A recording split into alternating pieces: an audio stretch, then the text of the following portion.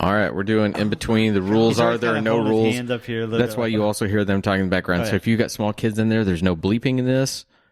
Proceed at your own risk.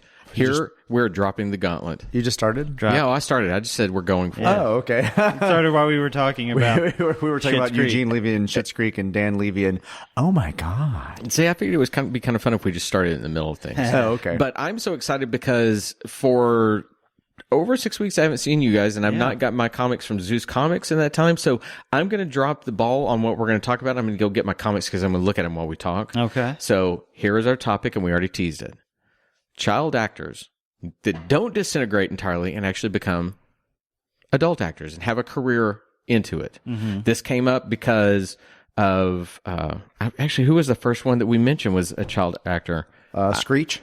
He's gone into porn successfully. Well, I was talking about Drew Barrymore, but you were... Yeah, you said Drew Barrymore, and I said Kirsten Dunst because of going from an interview with a vampire on, and that...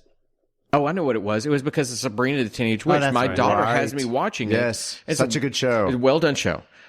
My immediate separation becomes because I saw that young lady, and I don't know her name right offhand. I'm sure if Abby's upstairs, she'll hear me. She'll scream at Sabrina. me. Yeah, that's her name. She was so fantastic on Mad Men, even as a child, showing depth that you don't expect. And now she's in this. The problem for me, and I do not let my sexuality run my life. I will not be that man. However, there is a hard thing that happens when you watch these things, and they want Sabrina to be an attractive young woman. They want it. The way they shoot these things, she's supposed to be alluring to the young man, and therefore any man watching her is going, oh, she's really good looking. And then you go, holy shit, I'm way old, and I used just 10 years ago, I saw her as a child. That is your daughter. Shut well, up. I mean, not like you. I hate you. I'm going to get my comics now. Screw you. Yeah, anytime I see Drew Barrymore, I still see her as a little kid from E.T., not as an adult. Do you see the same thing with Kirsten Dunst? Yeah, and Natalie Portman. I still see Natalie Portman as the professional, as Leon. Now, let's be honest. Natalie Portman's kind of stayed the same Hobbit that she's always been. Like she's tiny little woman. Yeah, she was a tiny little girl, tiny little vegan woman that hasn't really aged much outside of maybe getting a little bit taller and face is a little more mature. Yeah. Oh, Todd's getting excited. You guys sound so terrible. I got giddy when I saw Kirsten Dunst blew me away in Interview with a Vampire. Yeah. And then, of course, she was super awesome. Bring It On. Yeah. Well, and then we brought it because Richard hadn't seen it. Her recent work in the Fargo television series. She was. I don't know that I've ever seen her be especially bad in things, but there are obviously for actors, there are going to be roles where they exceed expectations, ones where they just fulfill it. She's great in that show. She really, really is good. And then I also mentioned having seen Sofia Coppola's The Beguiled, which is a remake of the, oh God, now I can't, it's the same guy that directed Dirty Harry. Clint Eastwood stars in it, and I can't think of the director's name. It's just going to escape me. But it's a modern retelling of that. Not modern. It's a retelling. It's still a Civil War story, but it's great. She is so refined in that movie. She's a great actress. Did you guys watch The Haunting of Hill House? Oh, yes. Oh, that was little kid? That was a little kid. That was the E.T. kid, speaking of Henry Thomas. I know. Yeah. Except they put weird contact lenses in. Did they? In the new one? Yeah, to make him look more like Timothy Hutton when he was growing up. And he kind of talks outside of his mouth a little bit. Every time you put contact lenses in to match eyes, because Richard, you and I have blue eyes. Mm-hmm. I have blue you eyes. realize, oh my God, all three of us have blue eyes. If someone was going to cast our older selves and they didn't get actors with blue eyes, they'd have to stick contact lenses in. Those contact lenses, they can't keep them from looking dead-eyed. And every time Henry Thomas would look, I was like creeped out because he had like weird. Because the pupils never. Wait, they never changed. They put blue eyes on him or brown eyes? They put blue eyes on Henry Thomas. Okay, this is totally random. You're familiar with the Funko Pop figures that are like the huge craze right now? Yeah. Have we talked about this before in between? No. They creep me the fuck out because they do those little black circle for eyes. Those are for Abby, Sean. Yeah. They do these little black circle of eyes. They're soulless. Soulless. Yeah. These are slow. These little They're pop like a figures. doll's eyes. Yeah. So I mean that's a total jump. But if they could just when they do that on the Muppets in particular, because Kermit is so used to having that kind of weird like peg warmer. Black eye, you know what I'm talking about? It's like it looks like it should be belong on a peg. Yeah. But he has whites around his eyes. When they just put the black circles on him, it just looks weird. Same thing when they do that with any of the cartoon characters. They put the black eyes. It just looks unusual. That even gets. There's so many weird things. I think even Ewoks look weirdly soulless because they have a whole black eye. Right. And but then again, except for they remastered it to give them blinks. Yeah, that is true, which drives me up a wall. But eyes are the trickiest thing I think to pull off in any special effect. Because even when I'm watching, last night I took my daughter to see Bohemian Rhapsody. I'd already seen it. She wanted to see it, and we saw the trailer for the new Robert Rodriguez, James Cameron film. Is that Akira? A Battle Angel. Attila Battle Angel? They changed the name slightly from the comic. It's like is it based on a comic? Battle Angel, yeah, there's a Battle it's a Angel manga. Attila, and then the movie is called like Attila Battle Angel or something like that. Yeah, so even with that, and I know she's supposed to be a symbiotic type.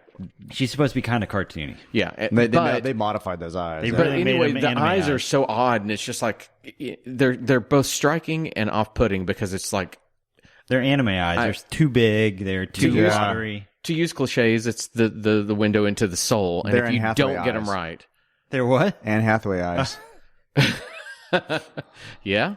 Her eyes are a little wide, set apart. Well, they kind of bother me. There was somebody else who there's another Anne Hathaway actor. looks like a Disney character. Yeah, she has those big eyes. Yeah.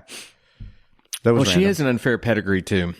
Besides looking like that, when your parents are immensely artistic, your mom tours everywhere on musicals. How do you go without getting a shit ton of talent? And apparently, everything you read is she knows how much talent she has, but that's only conjecture that I read in trades and all that. Yeah. She makes me want to punch small babies. I want to like her, but 9 times out of 10, I just can't stand that woman. Speaking of child actors, and speaking of stories that take place in between moments, one of the things that Abby wanted to grab was the Stranger Things comic, which is out right now. And it is actually telling the story of Will in the Upside Down world. Oh, really? Yeah. Is it worth reading?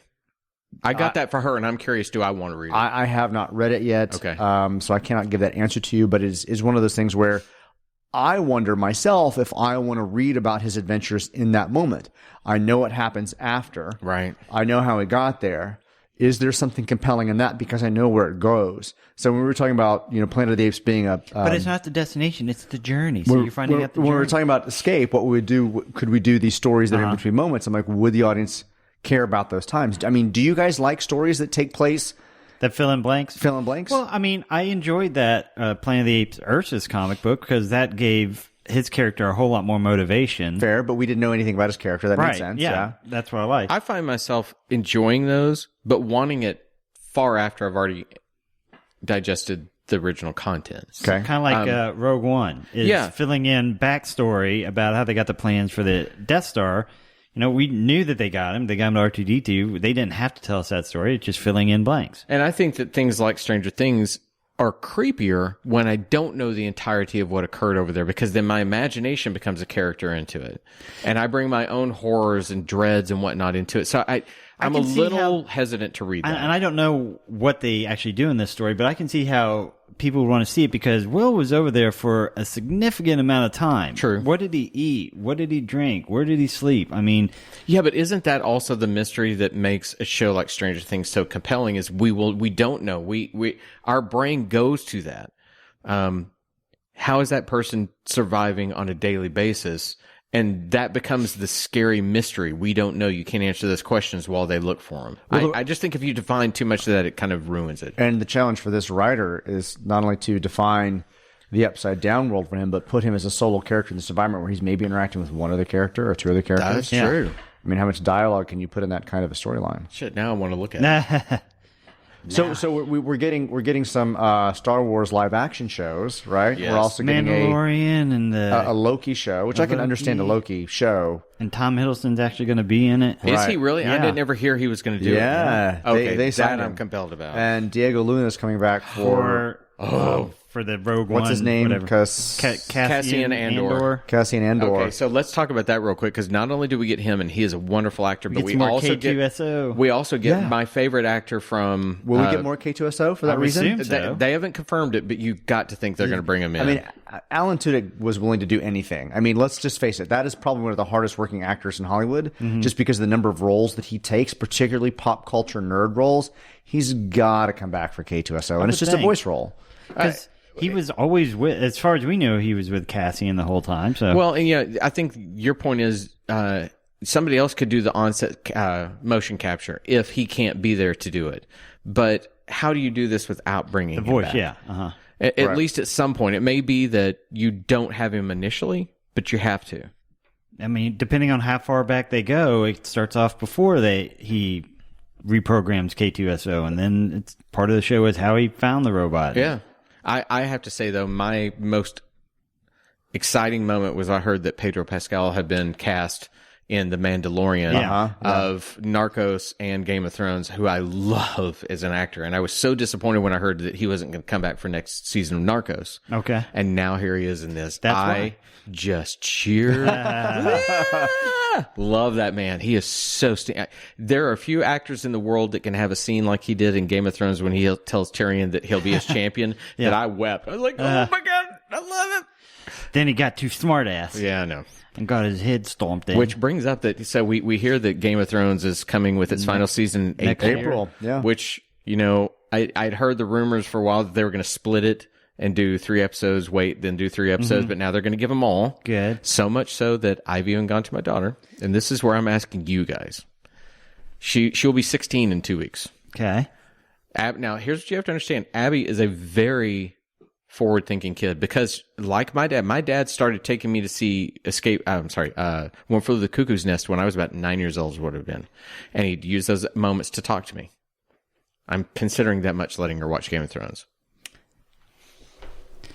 You're going to let her watch Tits with a Chance of Dragons? Well, first off, you know what? If I were down here, she'd say, I have boobs. There you go. The reason we dropped Game of Thrones I remember that was the rape scene. Was because of the rape scene. Mm-hmm. It is a very, very, very rapey show up to a point when the producers change things. It's not so much the nudity. Mm-hmm. The sex can be a little unusual. There is a level to which the rape and the rape moments are maybe too intense or maybe too real. See, this is where I beg to differ with you because, again, my dad took me to see things that, for the majority of people are going to be, oh shit, that's too intense, and use it as a moment to say, let's talk about it so you understand it. Because, and especially in this day and age, if you have a child that's a teenager, you will see that, and I'm not wrong about this, they are exposed to so much.